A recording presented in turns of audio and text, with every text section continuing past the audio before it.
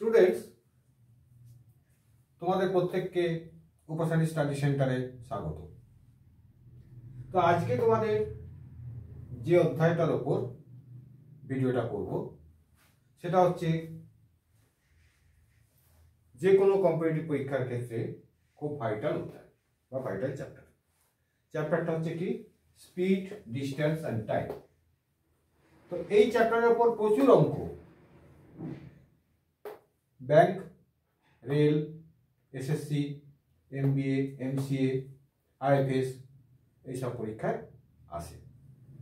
তো চ্যাপ্টারে প্রচুর অঙ্ক হবে, কিন্তু এত অঙ্ক প্র্যাকটিস করা সম্ভব হবে না।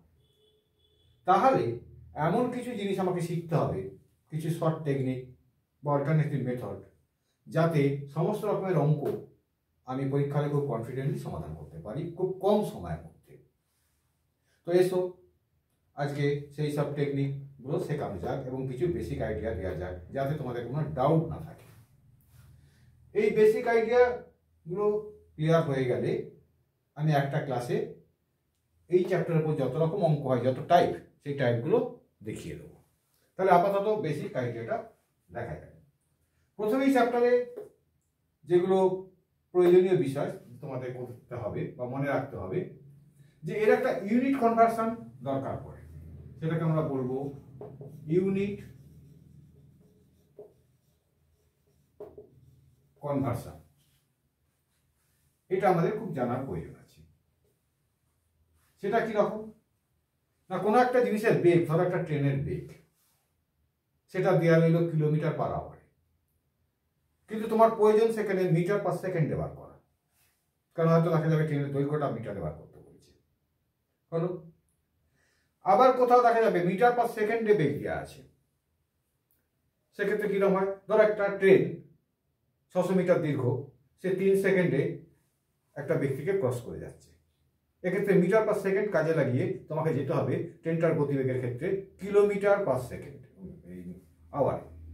তাহলে আমাদের যে দুটো পরিবর্তন প্রয়োজন হচ্ছে, একটা হচ্ছে কিলোমিটার পার আওয়ার দেওয়া থাকলে আমাকে যেতে হবে মিটার পার সেকেন্ডে, আর উল্টো দিকটা মিটার পার সেকেন্ড দেওয়া আছে, আমাকে আসতে হবে কিলোমিটার পার আওয়ার। তো এইগুলো পরীক্ষা হলে ছেলেরা সাধারণত করার সময় অনেকটা সময় নিয়ে ফেলে, কারণ তারা কিলোমিটারকে মিটার করবে, আওয়ারটাকে সেকেন্ড নিয়ে যাবে, এইভাবে একটা সময় চলে যায়। তো একটা শর্ট টেকনিক তোমাদের মনে রাখতে হবে। কিরকম না, কিলোমিটার পার আওয়ার থেকে যখন মিটার পার সেকেন্ডে যাব, তখন মাল্টিপ্লাই করে দেবে 5/18 দিয়ে। কোনো কিছু বোঝার দরকার নেই, 5/18 দিয়ে মাল্টিপ্লাই করে দেবে। কিরকম, ধরো বললো তোমাকে 90 কিলোমিটার পার আওয়ার, এটাকে মিটার পার সেকেন্ডে যেতে হবে, তাহলে 5/18 দিয়ে 90-কে গুণ করে দেবে। 5/18 দিয়ে গুণ করে দিলে 5 5 5 25, তার মানে এটা হয়ে গেল 25 মিটার পার সেকেন্ড হয়ে গেল। এবার দেখো, তোমাকে মিটার পার সেকেন্ড থেকে কিলোমিটার পার আওয়ারে আসতে হবে। ধরো তোমাকে এখানে দিয়েছে 30 মিটার পার সেকেন্ড, 30, এটাকে আমি নিচে লিখছি ভালো করে, 30, এটা মিটার পার সেকেন্ড আছে। তো এইটা থেকে এইটা আসবো, তাহলে কি করব, এটাও আমি গুণ করব, এটা উল্টোটা দিয়ে গুণ, অর্থাৎ 18/5, এটাকে 18/5 দিয়ে গুণ করে দেবো। কিলোমিটার পার আওয়ার থেকে মিটার পার সেকেন্ডে গেলে 5/18 দিয়ে গুণ করব, মিটার পার সেকেন্ড থেকে কিলোমিটার পার আওয়ারে গেলে 18/5 দিয়ে গুণ করবো, অর্থাৎ ইনভার্সটা উল্টো দিয়ে গুণ করবো। তাহলে 5 6 = 108, তাহলে এটা হবে 108 kilometre per hour. Clear? 90 kilometre per hour 5/18 দিয়ে গুণ করলাম, 25 মিটার পার সেকেন্ড হয়ে গেল। 30 মিটার পার সেকেন্ড, তাকে উল্টো 18/5 দিয়ে গুণ করলাম, চলে এলো 108 কিলোমিটার পার আওয়ার। এই আইডিয়াটা তোমরা পরিষ্কার করে নাও। ক্লিয়ার? চলে এসো পরের স্টেপে। এটা আমি তাহলে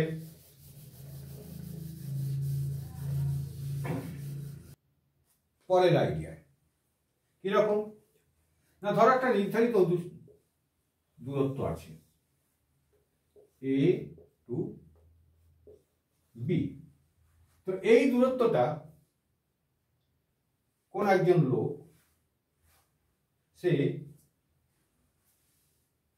ধরো এক্স কিলোমিটার স্পিড নিয়ে যাচ্ছে, অতিক্রম করছে। তো এক্স কিলোমিটার স্পিড নিয়ে এসে চলে গেল, এখানে চলে এলো, এ থেকে স্টার্টিং করে এখানে চলে আসার পর সে আবার রিটার্ন করছে বি টু এ, এইখানে। কিন্তু তখন তার গতিবেগটা পাল্টে গেছে, এটা ছিল এক্স কিলোমিটার পার আওয়ার, এটা সে নিচ্ছে ওয়াই কিলোমিটার পার আওয়ার। অর্থাৎ তার গতিবেগটা সে চেঞ্জ করেছে, যাওয়ার সময় এক গতিতে গিয়েছিল, আসার সময় আরেক গতিতে আসছে, কিন্তু তার ডিস্টেন্সটা একই আছে। ক্লিয়ার? তাহলে এইখানে তার এভারেজ স্পিড কত? তো এই অঙ্কটা অতীব সাধারণ অঙ্ক।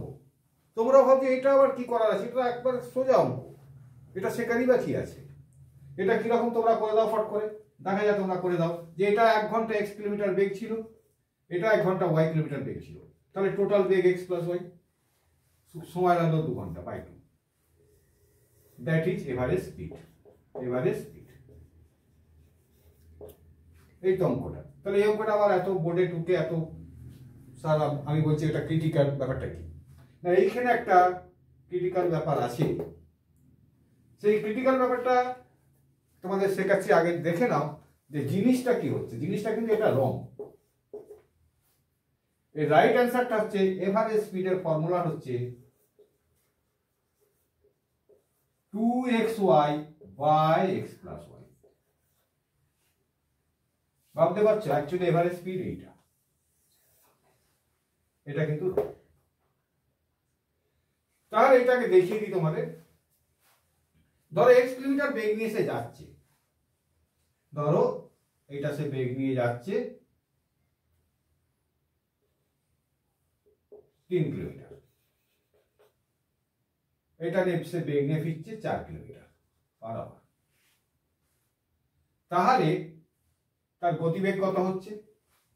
এভারেজ স্পিড হচ্ছে 2 × 3 × 4 বাই 3 প্লাস 4, তার মানে 24/7।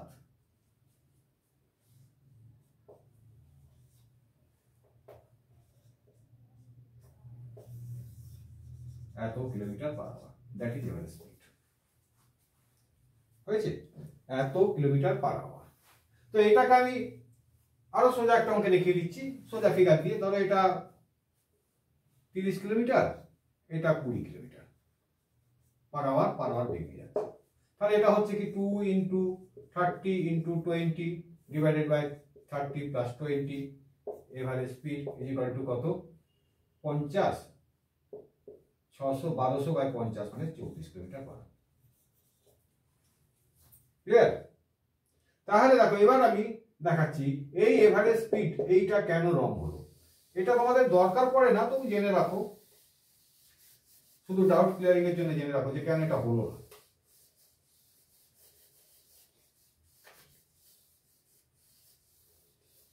এভারেজ স্পিডের ডেফিনেশনে বলা হয়েছে যে total cover distance divided by total time. তো এখানে যদি সে মনে করো তুমি বলছো এক্স কিলোমিটার, আচ্ছা এগুলো মুছে দিচ্ছি।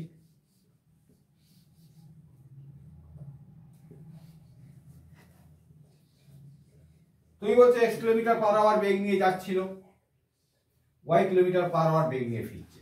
তাহলে 1 ঘন্টা এক্স কিলোমিটার মানে এতটা সে ধরো গেছে, দ্যাট ইজ এক্স। ফিরছে ওয়াই কিলোমিটার মানে এতটা। 1 ঘন্টা তুমি হিসাব করছো, 1 ঘন্টা এক্স গেছে, 1 ঘন্টা ওয়াই গেছে। তাহলে সে টোটাল কভার করেছে এক্স প্লাস ওয়াই মানে এইটা যুক্ত এটা। তাহলে কি তার টোটাল রাস্তাটা কভার হয়েছে? অঙ্কটায় বলা হয়েছে এ থেকে বিতে গেছে, বি থেকে এতে এসেছে। তাহলে কি তোমার এই জিনিসটা ঠিক হলো? তুমি দেখাচ্ছ এইটা ক্লিয়ার করেছে, এইটা ক্লিয়ার করেছে 2 ঘন্টায়। যদি বলতো শুধু এইটুকু গেছে, এইটুকু গেছে, তাহলে দ্যাট ইজ রাইট। কিন্তু সেই অঙ্কটা বলছে তোমাকে এখান থেকে ওখানে গেছে, ওখান থেকে এখানে এসছে, তাহলে গোটা রাস্তাটা কভার করেছে। তাহলে গোটা রাস্তাটা কভার করলে এই জিনিসটা তোমার রং হয়ে গেল। সেক্ষেত্রে ফর্মুলা হচ্ছে 2xy, যেটা দেখালাম, divide by x plus y। Clear? চলে এসো পরের আইডিয়া।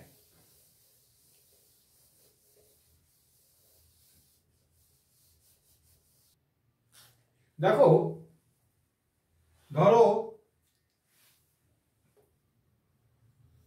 এটা কোন একটা লোকের হোম, এটা তার অফিস।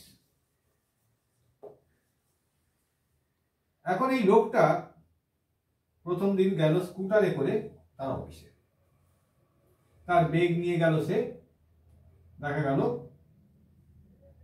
30 কিলোমিটার/আওয়ার।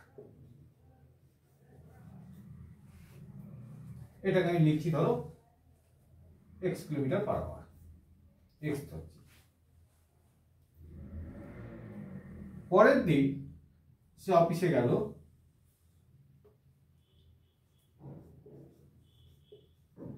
চল্লিশ কিলোমিটার/আওয়ার এই বেগ, সে ধরো স্কুটারে যাচ্ছে। তো প্রথম দিন 30 কিলোমিটার/আওয়ার বেগ নিয়ে গেছিল, এটাকে আমি x ধরেছি। আর তারপরের দিন সে অফিসে গেল 40 কিলোমিটার/আওয়ার বেগ, আওয়ার এই বেগটা নিয়ে, এই ভেলোসিটিটা নিয়ে, অর্থাৎ তার স্পিডটা সে বাড়িয়েছে, এটাকে ধরো y। এতে কি দেখা গেল? এতে দেখা গেল যখন সে 30 কিলোমিটার/আওয়ার ভেলোসিটি নিয়ে গেছিল বা স্পিড নিয়ে গেছিল, তখন সে 10 মিনিট দেরিতে অফিসে পৌঁছেছিল, 10 মিনিট লেট। ক্লিয়ার? দ্বিতীয় দিন যখন সে স্পিডটা বাড়িয়ে 40 কিলোমিটার/আওয়ার নিয়ে গেল, তখন দেখা গেল সে 5 মিনিটস আর্লিয়ার পৌঁছেছে, 5 মিনিটস আর্লিয়ার। পরের দিন, আগের দিন 10 minute late, 10 minute late, 10 minute late. হলো? তাহলে তার বাড়ি থেকে অফিসের ডিস্টেন্সটা কত? ডিস্টেন্সটা কত? এটা তোমাদের এই ধরনের একটা অঙ্ক পরীক্ষা এলো। এটা একটা টাইপ, স্পিড, ডিস্টেন্স এন্ড টাইমের এটা একটা টাইপ এর অঙ্ক। তো এই অঙ্কটা সিম্পল ট্রিক হচ্ছে, ডিস্টেন্সটা হবে কত? ডিস্টেন্সটা হবে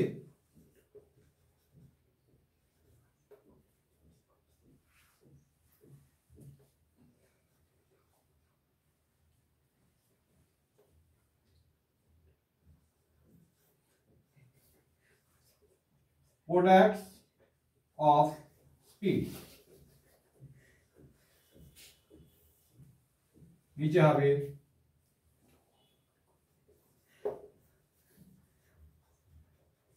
difference of speeds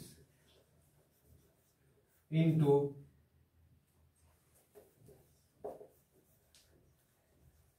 difference of time। Clear? অর্থাৎ product of speed two speed, product of two speed, এটা কি হবে তাহলে? এটা হবে xy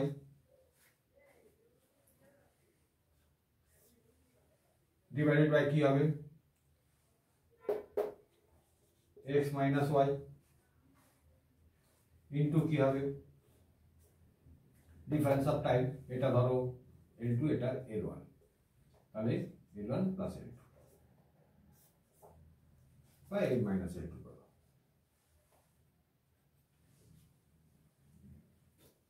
হলো? তাহলে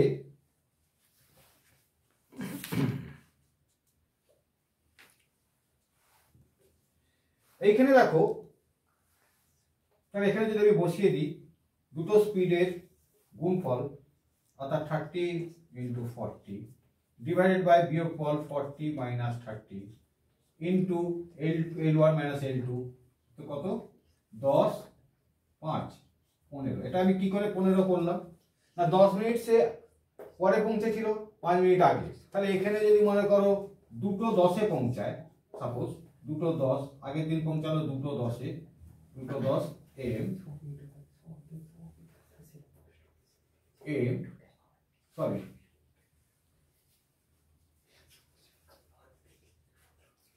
PM, তাহলে তার আগে সে কটায় পৌঁছাবে? না, 1:55, 5 মিনিট আগে পৌঁছেছে পরের দিন, তাহলে 1:55 PM এ পৌঁছেছে। অর্থাৎ তফাৎটা দেখো 10 আর 5, 15। ওই জন্য এখানে এই বিয়োগটা অ্যাকচুয়ালি লেটে পৌঁছানো আর আগে পৌঁছানোর টাইমের যোগফল। ক্লিয়ার? তাহলে এটা যোগফল হিসাবেই দেখি, তাহলে সুবিধা হবে তোমাদের। তাহলে 10 + 15, এটা কি হলো? 15 মিনিটস। কিন্তু এই অঙ্কটা কিলোমিটার পার আওয়ারে আছে, তাহলে এটাকে বাই 60 করে ফেলবো, তাহলে এইটা হয়ে যাবে ডিস্টেন্স। কিরকম এবার আমি করি, এটা 10 4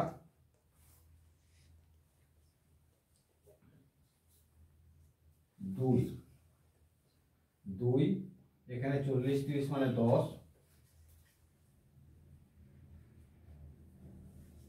10 4 2 মানে 30 কিলোমিটার, দ্যাট ইজ আনসার। অর্থাৎ এটা ডিস্টেন্স।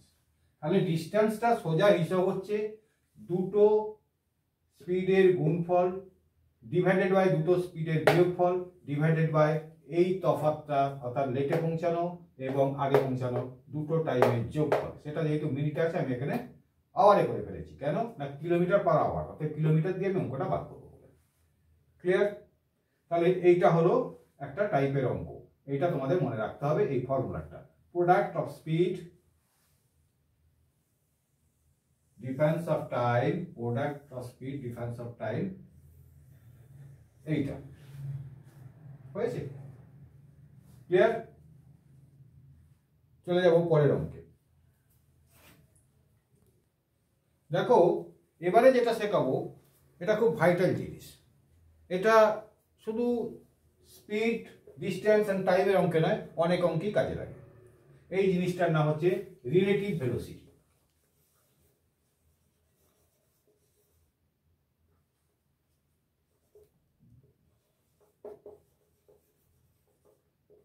বা আপেক্ষিক বেগ। এখন জানতে হবে আপেক্ষিক বেগ কাকে বলে। না দুটো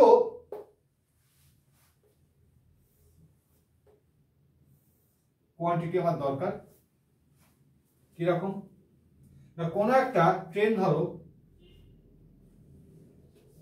এই ট্রেন সে x1 কিলোমিটার বেগ নিয়ে যাচ্ছে, বি ট্রেন সে ধরো x2 কিলোমিটার বেগ নিয়ে যাচ্ছে, ধরো x1 গ্রেটার দ্যান x2। এখন এই দুটো ট্রেন একই দিকে যাচ্ছে, আমি কোন একটা ট্রেনের যে গতিবেগটা আছে, এখানে গতিবেগ আছে x1, আমি এর আপেক্ষিক গতিবেগ জানতে চাই। তাহলে আমাদের জানতে হবে যার আপেক্ষিক গতিবেগ জানতে চাইব আর কার সাপেক্ষে জানতে চাইব। অর্থাৎ এর যদি আমি আপেক্ষিক গতিবেগ জানতে চাই কার সাপেক্ষে, না এর সাপেক্ষে, কিংবা এর আপেক্ষিক গতিবেগ জানতে চাই এর সাপেক্ষে। অর্থাৎ একজনের সাপেক্ষে আরেকজনের বেগ যখন বিচার করব, তাহলে যার বেগ বিচার করব তার বেগটাকে বলা হবে আপেক্ষিক বেগ। হয়েছে? আর যার সাপেক্ষে বিচার করব তাকে আমাকে স্থির করে দাঁড় করে রাখতে হবে। ব্যাপারটা বুঝতে পেরেছো? একজনের সাপেক্ষে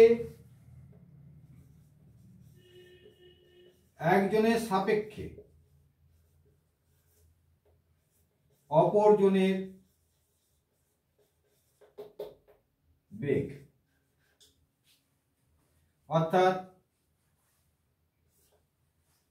একজনের সাপেক্ষে অপরজনের বেগ। অর্থাৎ ধরো সাপোজ এর রিলেটিভ ভেলোসিটি